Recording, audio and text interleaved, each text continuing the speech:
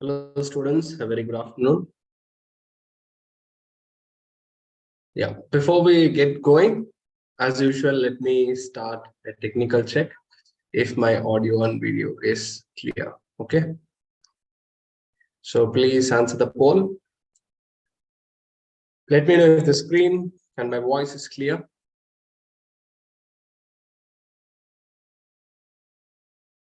Perfect. Thank you. Okay.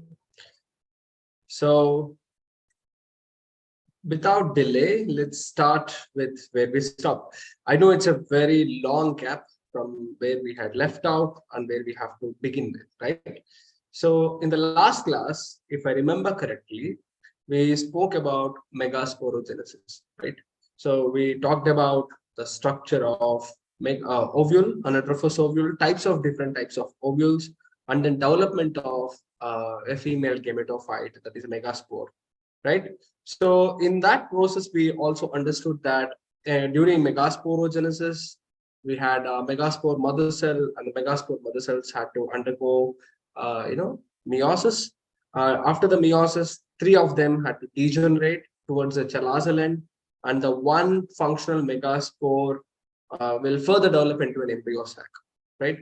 So in this embryo sac, we understood that in most common cases, we have, uh, you know, 7 cell, 8 nucleated embryo sac, correct? In that, we understood that we have egg apparatus, and then we talked about the presence of antipodals and the central cell and polar nuclei, and the role of each of those cells that is present in an embryo sac, correct?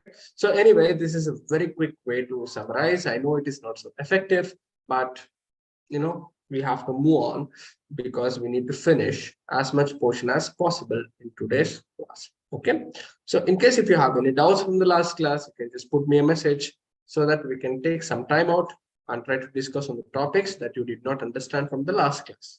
All right, students, so guess what, as I said in the earlier class, in today's class we have the most important, most interesting topic, that is pollination. Okay, so why pollination fascinates, I have already told you. See, pollination by definition is a very, very simple process, right?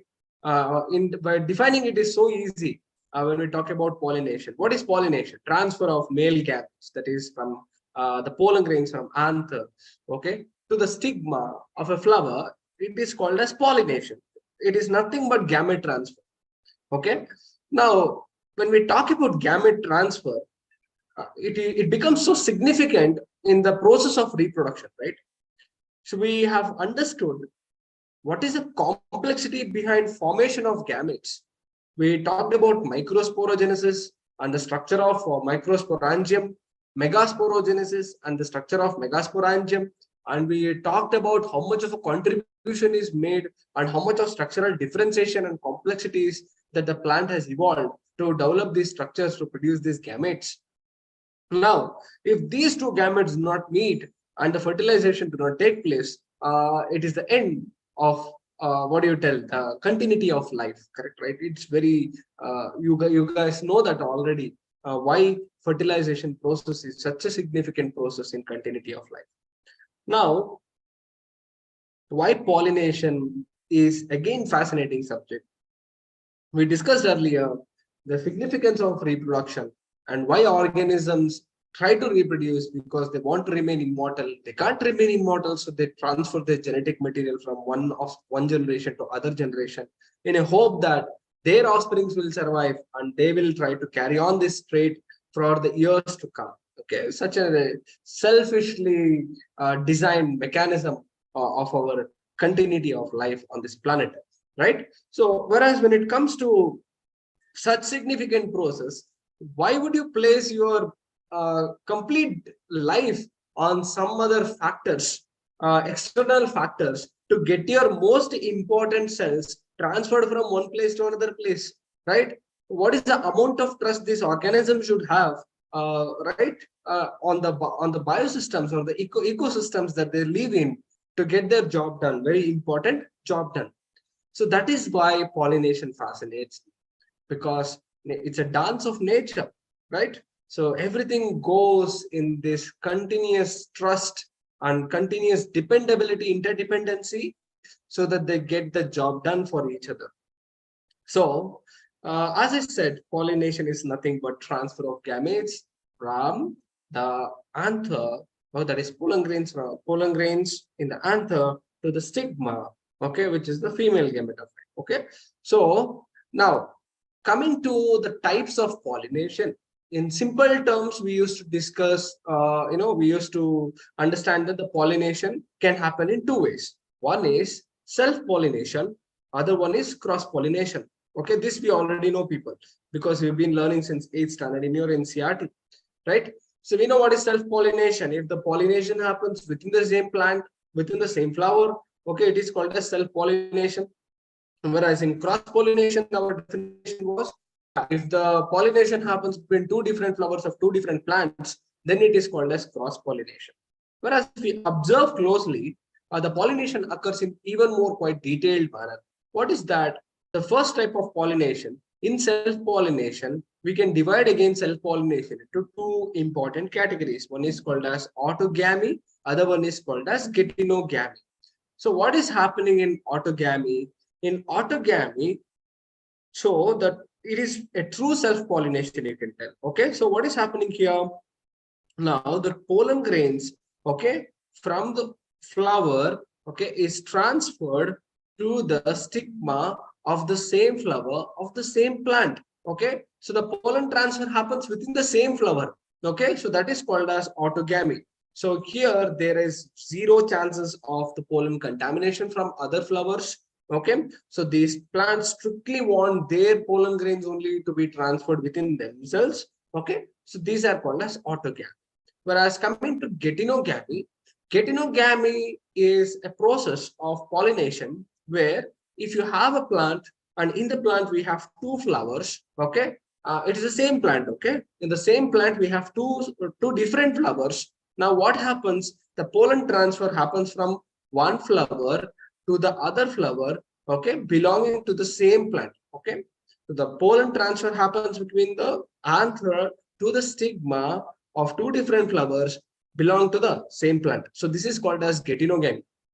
Now, if you look at genetic aspects, so when we talk about reproduction, especially sexual reproduction, we want the exchange of characteristics, okay, exchange of characteristics between male and female gametes, so that it results in new characteristics. Whereas if you look at autogamy and getinogamy, even though getinogamy there is cross pollination, it exactly is autogamy itself in genetics. So let me repeat. If you look at the genetics of autogamy, okay, and compare it with xenogamy, autogamy's genes, okay, will exactly match like, getinogamy's genes will exactly match like autogamy. Why? Because the transfer of gamete is happening between the same plant, right? So there is no mixture of characteristics. The new characteristics do not arise, okay? So it is similar to self-pollination. Next one, coming to cross-pollination. Cross-pollination, we have xenogamy.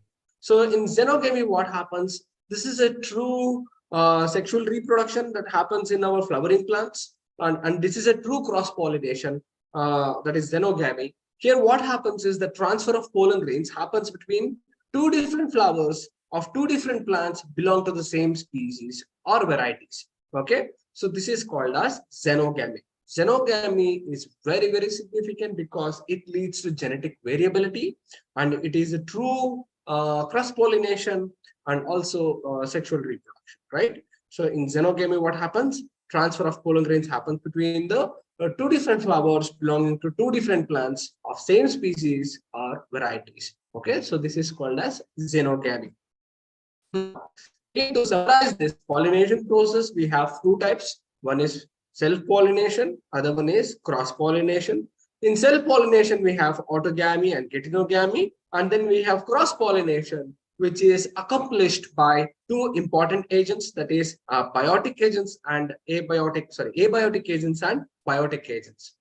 See, why didn't we just put some agents here Why? Because in orthogamy, the flowers are modified to, to accomplish the transfer within themselves without the help of any of these pollinating agents.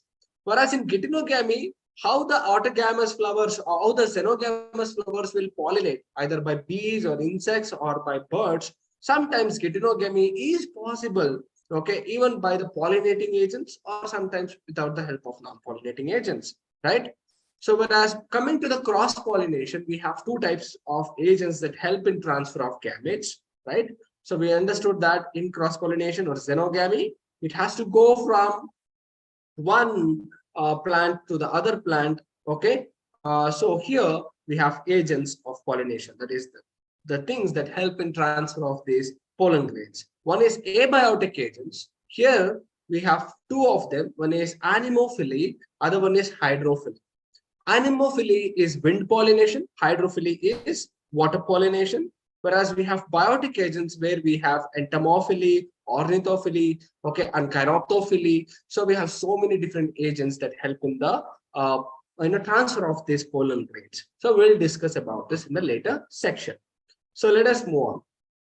Now, coming to how this pollination happens and the definition of pollination, this is what the slide says, right? So now for a plant to be adapted for self-pollination itself, okay, see, we talked about two different aspects of pollination. In these two different aspects, we understood that there are possibilities of self-pollination and cross-pollination.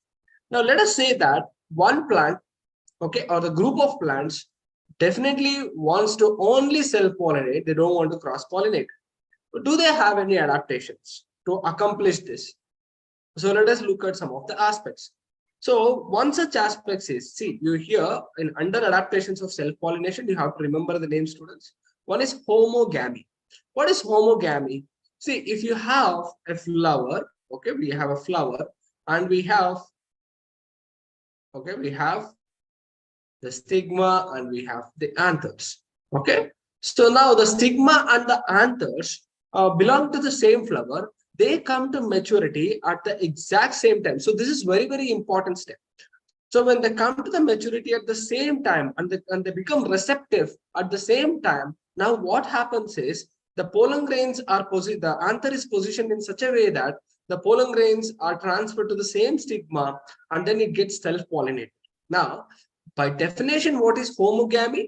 Homogamy by definition, it says simple. What is that? The anther and stigma of a flower comes to maturity at the same time or simultaneously.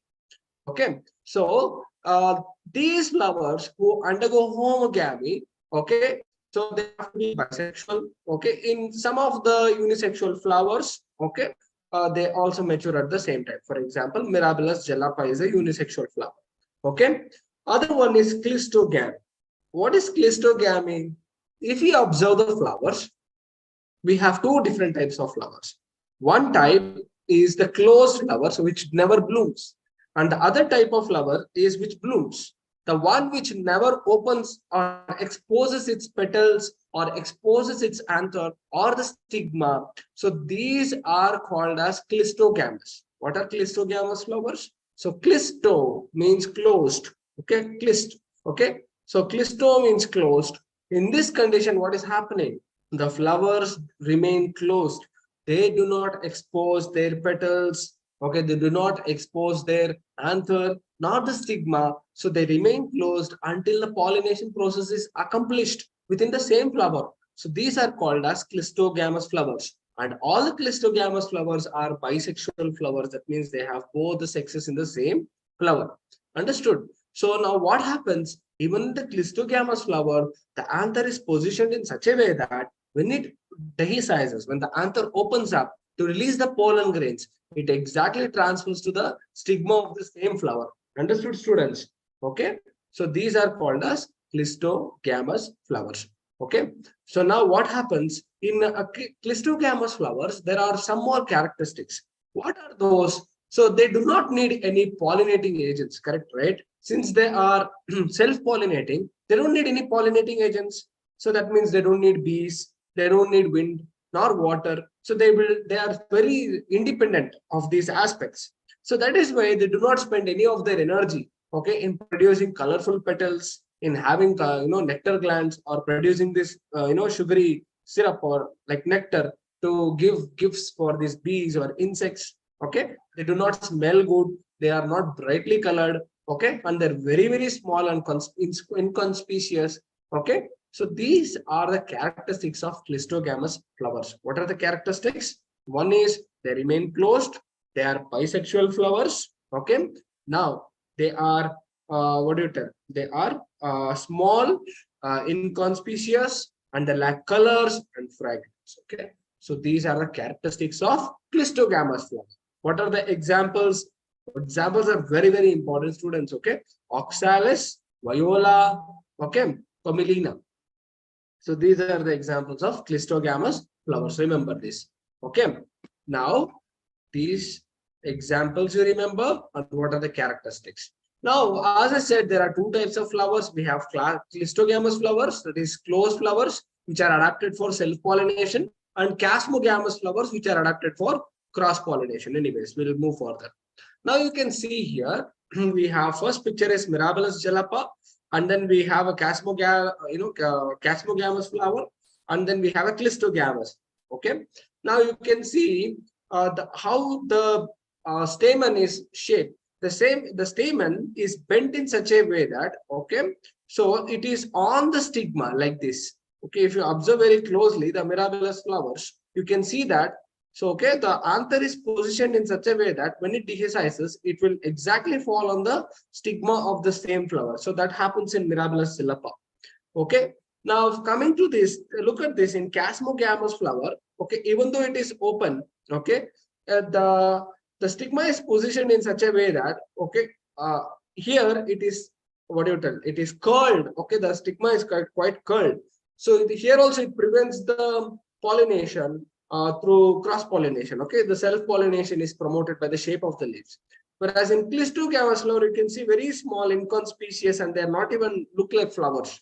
Okay, and one more example is sunflower. In sunflower also pollination happens through self-pollination if the cross-pollination fails. All right. Chalo. Now coming to adaptations for cross-pollination.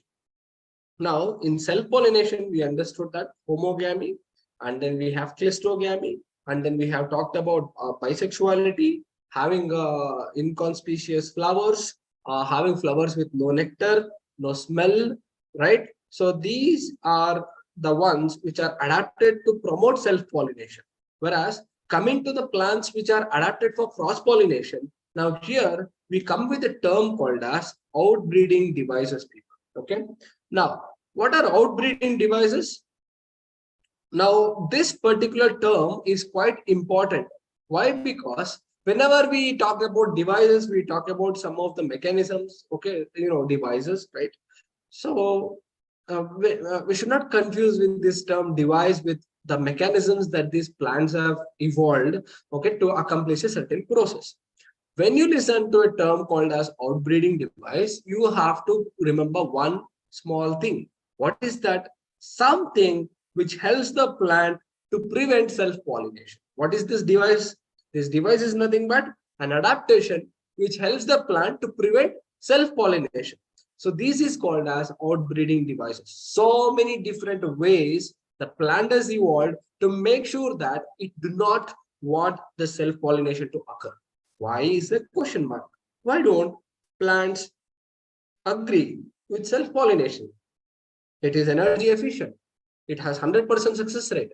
It can produce very less number of pollens. It did not depend on anybody, right? And it can happen very fastly. Why do plants do not need self-pollination? It is very, very simple.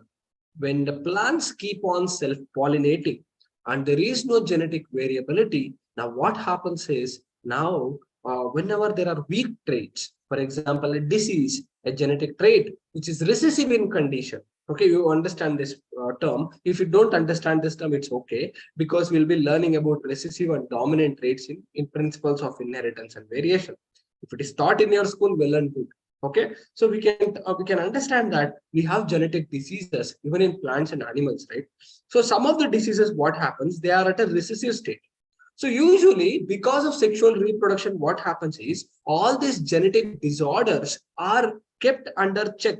That means they are not allowed to express because there is the possibility of presence of a dominant trait or a dominant allele because of sexual reproduction, or because the characteristics are borrowed from two different parents, right? So that is the advantage of sexual reproduction.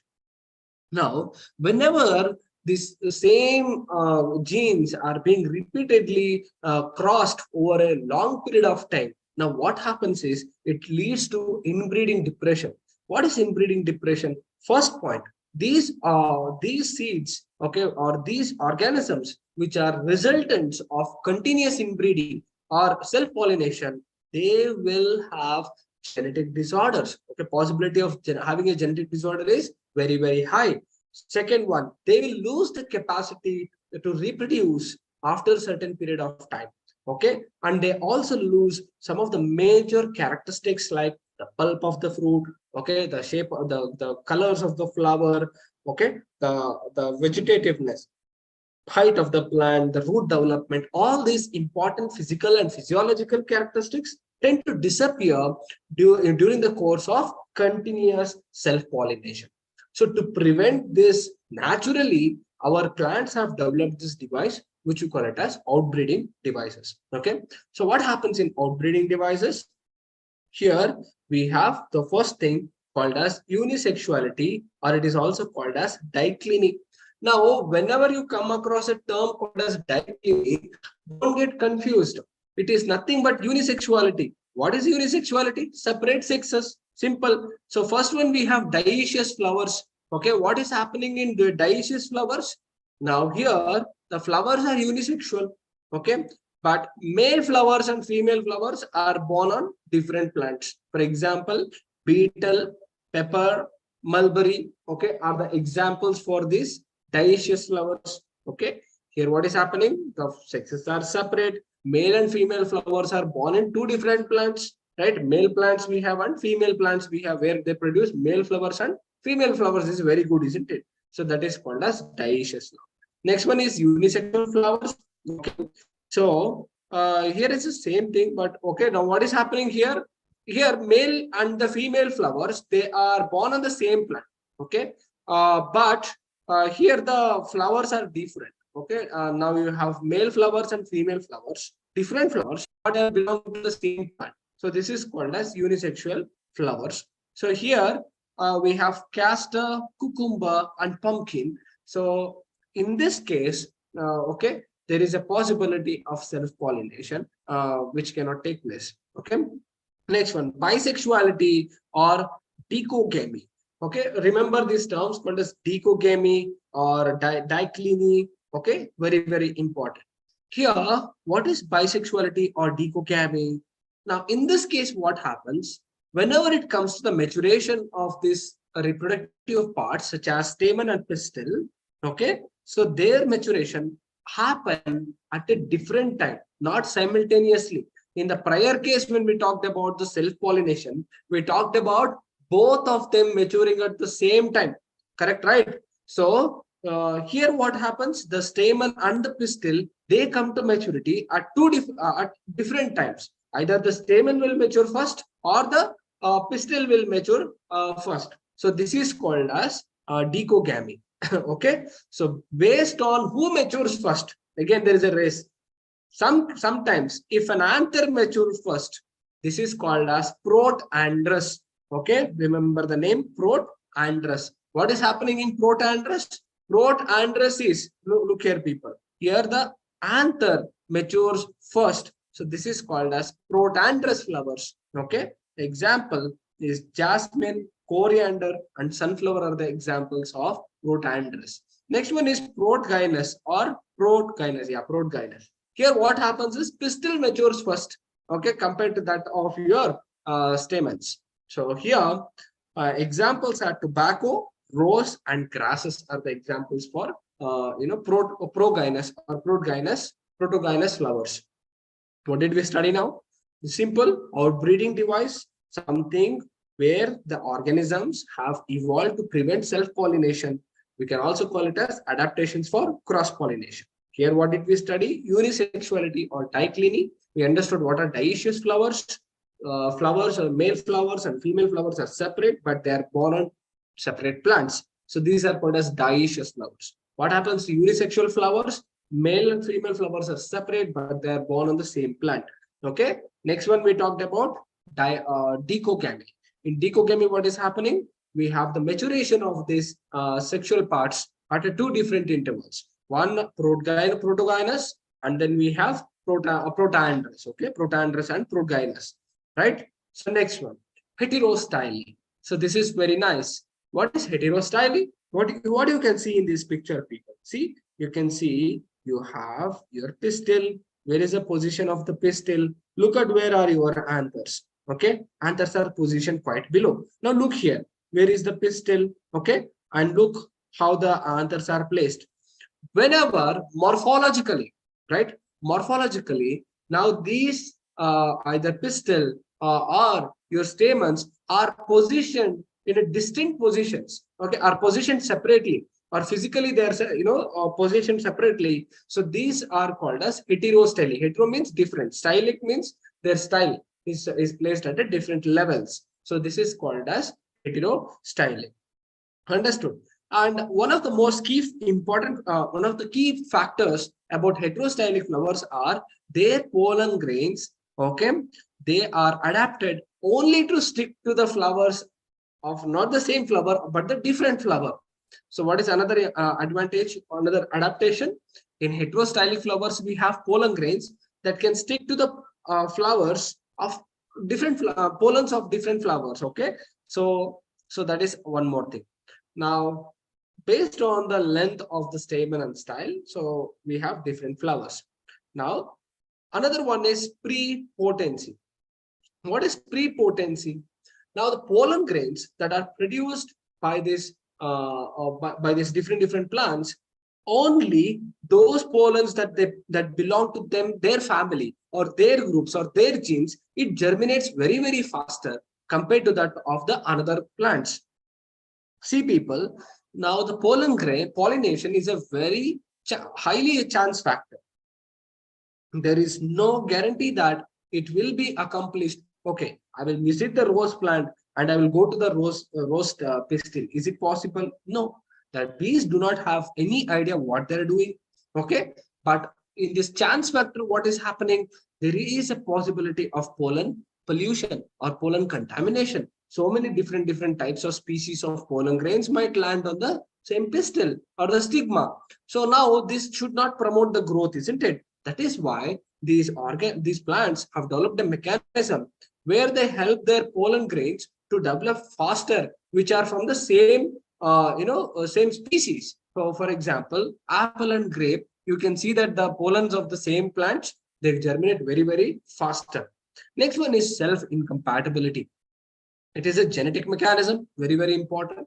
What is self-incompatibility? For some reason, okay, they have this sensor mechanism. Okay, the stigma is a receptacle organ which identifies self and non-self pollen. Okay, we talk about this a lot, right? So we have this famous statement which says stigma is a receptacle organ which identifies what is self and non-self pollen. So that means what? It has a capacity to understand who is my pollen and who is not my pollen. So now what happens whenever it says my pollen? So it will promote the development of pollen too. Whenever it says, oh, it is not my pollen, here it inhibits the pollen germination or it does not allow the pollen germination. Very complex and very sophisticated mechanism, that is self-incompatibility. Example is tobacco and potato are the examples that can be seen in self-incompatibility. Next one is hercogamy. In what is hercogamy? Here we have stamens and pistils. Now they come to maturity at the same time. But whenever we talk about the self-pollination, so that is avoided based on the development of a physical barrier. Okay, in hercogamy, what happens? The plants would have developed a physical barrier that separates this anther and the pistil, okay, from meeting. Okay, here in this hercogamy flowers, what is one thing that you have to observe is the maturation period of this both anther and stigma is at the same time. Okay, that the male and the female parts come to maturity at the same time, but here the self-pollination is prevented by use of physical barriers. Okay, so for example, the stamen or the pistil, the stamen might be very, very long and the pistil might be very, very short, or the pistil might be very, very long and the stamen might be very, very short, or there are certain petals or the sepals which come in between that prevent the physically meeting of this pollen grains. Okay, next one. Look at this example. Okay, Aristolochia is a flower. Okay, that has a trumpet shape, and whenever see, I will show you the flower. Okay, I will show you the flower. So you can see that usually they hang downwards. Okay, and the corolla usually act as a barrier in these flowers. Whereas when it comes to orchids and calotrophes, okay, it's very, very nice. You can see the pictures in the next slide. When it comes to orchids and calotrophes, usually the pollen grains are held together in a very small pouch-like structure. Okay, they have a pouch in a very delicate membrane. Okay, so this delicate membrane which holds all these pouches, it is called as pollinum. Okay, that means that there is a pouch that holds all this pollen grain from falling out, preventing the self-pollination. Okay, this pouch-like arrangement or pollinum can be seen in orchids and calotrophes. Okay, so that there is no chance of this pistil getting these pollen grains of a same flower. Okay, so sometimes what happens, the anther, okay, the anther as well as the corolla tube of the style, it might be extended. As I told you, it might be very long or very, very short. Now look here. We have a picture. Oh, 1 second. Where is that? Yeah, you can see here. You can see the pouch-like structure, which is embedding. It's a very membrane-like structure where you have lots of pollen grains. Okay, within this pouch, this is called as pollinum. Okay, this happens in orchids as well as calotrophes. Understood? Now I told you trumpet-like structure, right? Okay, trumpet-like structure. So these flowers, which look like a trumpet, here also what happened? We talked about corolla acts as a barrier. Understood, people? So this is called as hercogamy. Okay. So next one. Why do we need? So you understood, right? What are the outbreeding devices? So in outbreeding devices, we understood we have diclini or dioecious flower, unisexual flowers. Okay. Then we have protandrous, and we have progynous, and then we have heterostyly, and then we have prepotency, self-incompatibility, hercogamy, okay, as well as we saw the examples A, B, C, D, okay, of different types of hercogamy that can happen in different flowers. Next one, advantages of cross-pollination that we already discussed. So let us look at one more time. What are the advantages of cross-pollination? First thing, it prevents or it avoids inbreeding depression, and it eliminates any weak or unnecessary genetical diseases or characteristics that is not required for these plants. Okay. Next one, it provides greater variability in the species where, for example, we have so many hybrid tomatoes, we have apples, grape, papaya. All these variants that we are enjoying today is a resultant of cross-pollination. Okay. So in a simple application that we have used cross-pollination for the human use is production of wheat grains or production of rice, okay, Swamida's varieties, where we have prevented some of the deadly diseases and increased our agricultural produce by using the advantage of cross-pollination. All right, students. Now we have to go for the agents of pollination. Now, coming to the agents of pollination, we know that there are two ways in which the pollen grains can be pollinated, right? One is abiotic means, other one is biotic means. Now, in abiotic, we have anemophily, that is wind pollination, and the hydrophily, that is water pollination. So first, let us discuss about wind pollination. Now, coming to wind pollination, now the pollen grains, if the pollination has to happen through abiotic factors, which is a complete chance factor, and it has to depend based on the seasons, right? For example, in rainy season, you cannot expect the pollination to take place. So it has to be windy, it has to be dry, or it depends on one region to another region. We cannot generalize it, but in very generic terms, we can understand like this.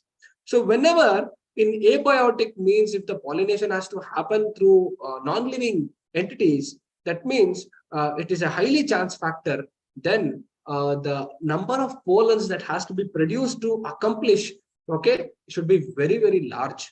Correct, right? So because there is excessive loss, because there is no guarantee of these pollen grains reaching the right destination. So that is why the pollen grains are producing excessively in very, very large number. So here what happens? What is anemophily? Anemophily is pollen grains are carried to the pistil from the anther, okay, through wind. The agents of pollination is wind. So that is called as anemophily. Here the pollen grains are produced in very, very large number. Chalo. If the pollen grains are produced in very, very large number, what should be the characteristics of this pollen? If the pollen grain has to be carried by the wind, can it be heavy? No. Can it be non-aerodynamic? No. So it has to adjust to these natural conditions. So the pollen grain should act like dust. Okay, you can see that the dust particles, how easily it is carried by the wind or the driftness of the air, right? Similarly, the pollen grains are adapted in such a way that, or produced in such a way that they are lightweight, they are very, very dry, they are dusty, they're very, very small in size, okay, and they can be easily blown by the wind, and they're aerodynamic, right, and they're produced in excessively large number. So these pollination, we are not talking about certain meters or certain inches. In some of the coniferous forest, the pollination happens to hundreds of kilometers. Okay, so that is the extent of pollination that happens through wind pollination. You see, so it can be carried to hundreds of kilometers just by wind. So for this to accomplish, the pollen grains have to be adapted. Very simple knowledge. If they are sticky, they cannot be blown by the wind. If they are heavy, they cannot be carried by the wind. Correct, right? So they have to be dry, they have to be aerodynamic, they have to be dusty, and they have to be produced in very, very large number. All right. So now we have pollen grains and the characteristics of the pollen grain. For the pollen grains to be even blown away by the wind, where are they produced? Anthers. So that is why the anthers are very, very well exposed in these plants which pollinate by wind pollination. Okay. Second point is they do not spend any energy in producing petals. Okay, bright color petals, or there are no petals. Okay, there are no colorful sepals. Okay, they do not produce any. They don't have any nectar glands. Okay, and they don't produce any sticky pollen grains. They don't produce any pollen kit. Okay, so that is why these anemophilous flowers, so they are energy saving. They don't invest their energy in unnecessarily attracting these insects. Next one. When it comes to the stigma, now the best example of the stigma that you use on a daily basis, not you, your mother, okay, or in your home you use on a daily basis. For what? People, the broom that we use. Have you seen the end of the broom? It looks very hairy, isn't it? Now, what is this hairy? It is nothing but stigma. So usually the stalk of this plant is very, very slender and it is not rigid. So it helps him to wave according to the direction of the wind. Correct, right? So similarly, having the stigma at the apical region and being hairy, this will help in trapping the dust that is present in the air. Our ancestors are so smart. Okay, they started using to trap the dust that is present on the floors of our home. Okay, so the stigma has to be quite sticky, and it has to be sticky, feathery, and hairy. Correct. So as I told you, flowers are not brightly colored and they do not have nectar or fragrance. Right. One of the disadvantages of anemophily is that the chance of getting the pollination done is very, very low. Second point is the amount of pollen grains produced to accomplish is extraordinarily large. So the wastage of pollen very, very high. And this is a type of pollination that is non-directional. There is no direction to it. Example is maize, wheat, rice, and grass. Sorry. Next one. You can see the release of pollens. This is called as yellow dust or there is something called as yellow skies or yellow dust. So where the entire sky looks yellow at the season where these coniferous trees are pollinating. So that is the amount of pollen grain they produce. Literally, the sky will turn yellow. Okay, so many billions of pollen grains are produced. Okay, during that time, you can see how these pollen grains are held within the microsporidium. Okay, so now coming to hydrophily. Hydrophily is water pollination. Again, it is an abiotic factor in which the pollen grains are transferred. So if the pollen grains have to be transferred from the stigma of one flower to another flower through water, okay, so they should have certain adaptations. Now, before we go into the water pollination, we can see some of the beautiful flowers like water hyacinth, a disaster that led to complete what do you tell infestation of this particular plant because of its beautiful flower, right? Water hyacinth, lotus, water lily. When you look at them, they are very brightly colored. They have their anthers and stigma very well exposed. They have their pollen grains very, very sticky. They produce nectar glands and they have fragrance. Now, do they actually get pollination through water? Definitely no. Not all aquatic plants actually pollinate through water. They use wind or insects for their pollination. For example, lotus, water lily, or water hyacinth, they use wind or insects for their pollination to get accomplished. Whereas, whenever we talk about water pollinating flowers, so these flowers are basically what? They should be small and inconspicuous, very, very small, inconspicuous, not brightly colored petals. Okay, usually they are unwettable. So they are water resistant, waterproof. Okay, so nectar or odor is absent. Okay, pollen grains are quite ribbon shaped and they are actually hydrodynamic in nature. And to protect the pollen grain from being destroyed because of the aquatic environment, there is a mucilaginous sheath that covers these pollen grains. Okay, and again, the stigma is very, very long. Okay, and it is unwettable. Okay, stigma is designed to trap these pollen grains. Okay, and seeing this hydrophily can be of two types. One is hypohydrophily, other one is epihydrophily. Now, this is very fascinating example. So we in the left and the right we have two plants. Okay, one is hypohydrophily, other one is epihydrophily. So let us see what is happening in each of them. So examples of these plants are Vallisneria and Zoostera. So in hypohydrophily, we have Zoostera, which is also called as marine grass or sea grass. Okay. So what is happening, people, here? Now, this particular plant, it grows at a certain depth. We cannot expect the hypohydrophily, that is Zoostera, to grow at 80, 90 feet in the ocean. No, does not happen. Here, the Zoostera grows at a certain depth, okay, where there is sufficient tides of ocean. Now the plant is completely submerged. Now, when you see how this Zoostera produces pollen grains are very, very long, okay, and they're needle-like, and they don't have exine. Remember this: the Zoostera pollen grains do not have exine. Okay. Now, these pollen grains that are produced, the most fascinating things about these pollen grains are they have specific gravity, people.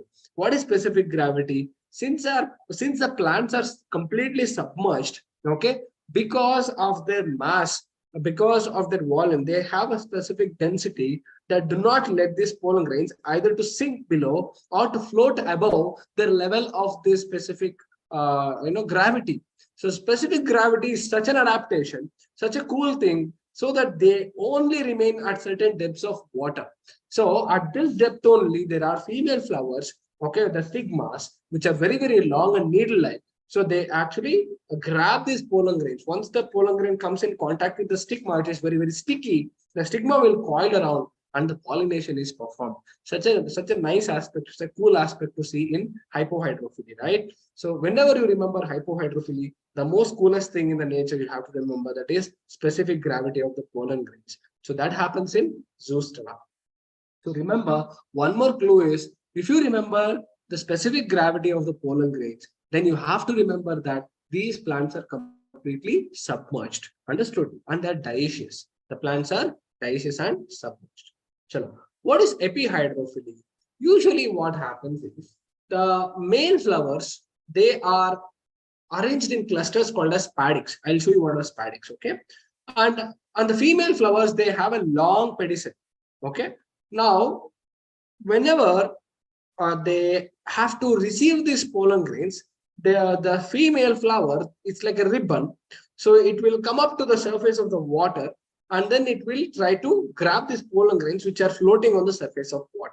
So what happens whenever the flowers are mature, the male flowers are detached from this cluster, and then they come float up to the surface. Once it comes to the surface, now what happens is these stamens, which are submerged like ribbon, they come up to the surface, okay, and then they grab these moving spadix, okay, and then they coil. And when the female coils, so during the uncoiling process, what happens? During once they grab the male flower, the pollination is accomplished on the surface of water. Since the pollination happens on the surface of water, we call it as epihydrophily. And here, since the pollination happens under the water, that is why we call it as hypohydrophily. Example is Vallisneria. Here it is Zoostra. Okay, remember this. Biotic pollination. So pretty, right? We have birds, we have insects, we have bees, we have worms, we have bats, we have snails, okay, whatnot. We have so many different organisms that are helping us pollinate these pollen grains, right? So whenever it comes to anemophily, give me a second. Okay. Yeah. Whenever it comes to entomophily, so entomophily is very, very nice. Why? Because of entomophily, we enjoy such bright colors, such fragrance, such patterns, such geometry, and such versatility in flowers. As simple as that. Okay. Now, sometimes the petals are very brightly colored, whereas in some plants like bougainvillea, the bract is colored. Okay. The petals are not colored, the bract is colored. Whereas in euphorbia, the leaf is colored. Whereas in Masandra, the sepal is colored. So nice, right? It's not always petal. We have so many different examples. Remember the examples. In bougainvillea, the bract is colored. In euphorbia, the leaf is colored. In Masandra, we have sepal is colored. Okay. What is one important characteristics of entomophilous flowers? They are equipped with gifts. What are the gifts? If I want to borrow some help, the help does not come. A friend in need is a friend indeed. So of course, I have to give something to get something, right? So what do they give? They have scent, fragrance, and nectar. For example, is jasmine flower, okay, which has this scent, fragrance, and nectar. Next one, flowers are conspicuous. Conspicuous means very well exposed, very bright in color, okay, and they're very large. If they are small, they're producing clusters. More number of flowers would be there in a single bunch. Okay. Sometimes they also produce edible pollen grains. For example, papaver and rosa. So they also give, you eat some of my pollen grains and please deposit some of my pollen grains to the flower. And we talked about the nectar glands that produces nectar, sugary syrup that helps this, insects to get as a gift. Whereas in some of the flowers, it is completely symbiotic. Symbiosis is when the two organisms are interdependent in their life cycle. If one organism is absent, the other organism cannot accomplish their life and both eventually die or go extinct. Example is yucca flower and the yucca moth, such a beautiful symbiosis. Now the yucca flower actually gives the place for this yucca moth to go and lay her eggs. Now once the egg hatches, when the yucca moth enters to lay the eggs, now she will deposit the pollen grains from different flowers to the stigma of different flower of the yucca. Now, once the pollination is accomplished, now she would have laid the eggs. By the time the yucca moth comes out, okay, now since the pollination is complete, it will develop. Yucca flower develops into fruit, right? So it will eventually develop into fruit. The fruit actually will become a food source for this developing larvae once the eggs are hatched. Okay, the larvae will eat and then the seed dispersal will happen. The larvae will develop into a moth and the cycle will continue. This is such a beautiful example for symbiosis, right? Now, the mimicry or cheating. Somebody said that the plants or trees. Last class, you remember when I asked you a question, can trees see? Can plants see? Now answer this question. Now we have orchid flowers. That is called a pseudo copulation. Pseudo means false. Copulation means mating. Now the orchid flowers are so smart that they have evolved the shape of the flower to be exactly like the female, bees or female wasps. Now this wasp, male wasp, thinking that, look at this, okay, thinking that, okay, now whenever the wind comes, whenever the flower actually moves because of the wind, the movement is exactly like the mating movement. Okay, in insects there is a movement for mating and communication. Now the movement is so accurate that it looks like the female is inviting the male for copulation. Now the desperate male thinking that, okay, I bagged a girlfriend or I got a girl. Now it comes and then tries to copulate, and then for its disappointment, it is just a flower. Now the angry bee, okay, or the angry wasp, it just hit the flower so hardly. Okay, it doesn't matter. Why? Because as it meets different flowers, now the pollen grains, it is being transferred from one flower to another flower. It's a win-win situation. You beat me, you thrash me, I don't care. Okay, you got cheated, you got fooled. Now what happened? I got my pollen grains pollinated. So cool, isn't it? Now look at this. How? Even I would be confused if this is a bee, okay, or if this is a flower. Poor bee, right? Anyways, now you can see people. So this is the yucca flower. This is the yucca moth. Okay, now this is bougainvillea.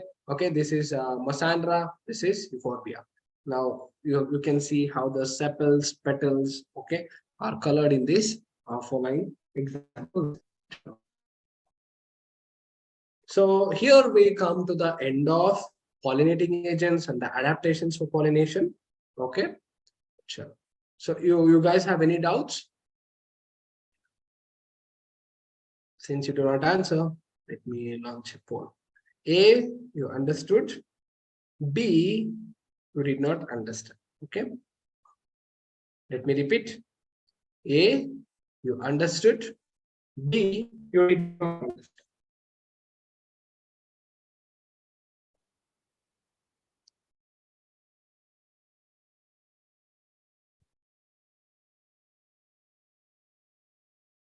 Students, did you sleep?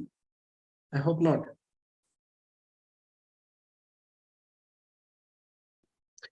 Perfect. Okay. Nice.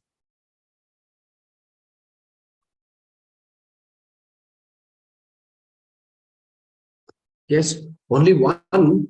We have Kolhapur and Shimoga boys. Hmm? So who did not answer? Both of you understood? I hope so. So, can I end the poll? Yes. Perfect, boys. Thank you. And people. Okay. Excellent. Nice. So tomorrow we will finish up with this chapter: post-pollination, fertilization, and embryonic development, seed development, apomixis, and whatnot. So, right. So this is the end of today's session. So before we end this session, let's take a small quiz. Okay. Yeah. Here we have a question, students. An egg apparatus contains what?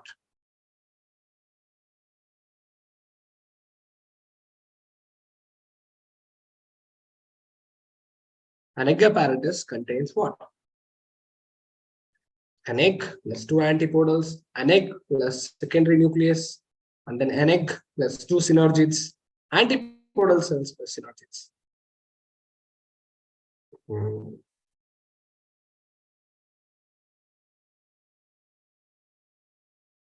Okay. One more to go. One class is answered.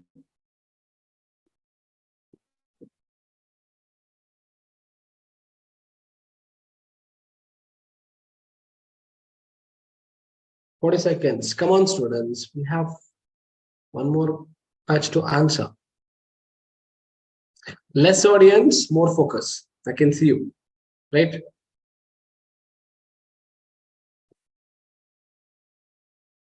Chalo, I'll end the poll.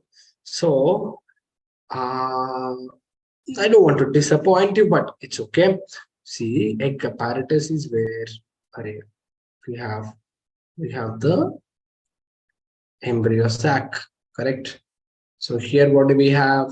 Here we have one cell, here we have another cell, and here we have one more cell. So let's call it as egg, and here we call it as synergids, correct? Now, okay, what is it called as? Here we have egg, and this is called as what?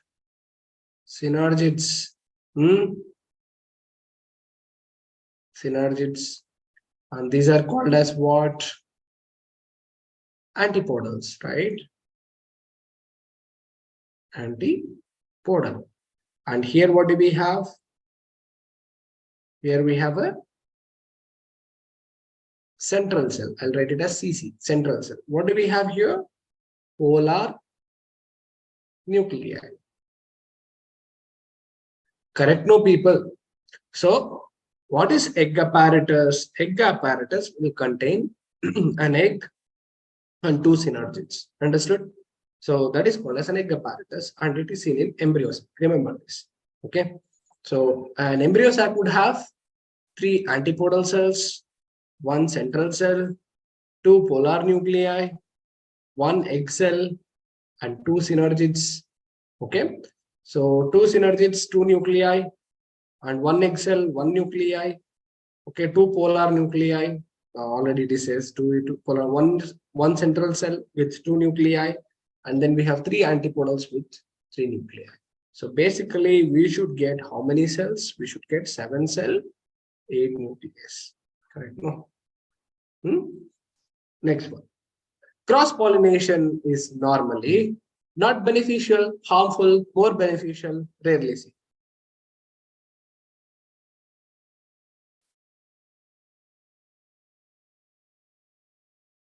Last question.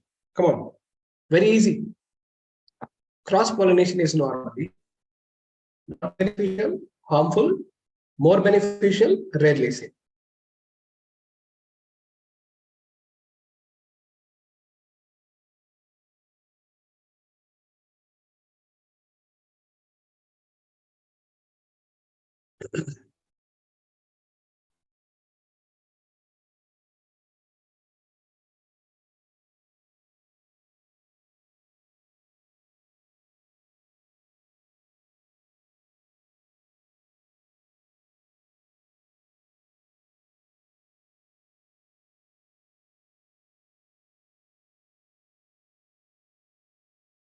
So let's see. Okay. Cross-pollination, how is it harmful? We just discussed cross-pollination is very, very beneficial. Why? Prevents inbreeding depression, promotes new characteristics, it prevents genetic disorders, it avoids any of the unwanted genes being showed up in the coming up generations. Correct, Alva?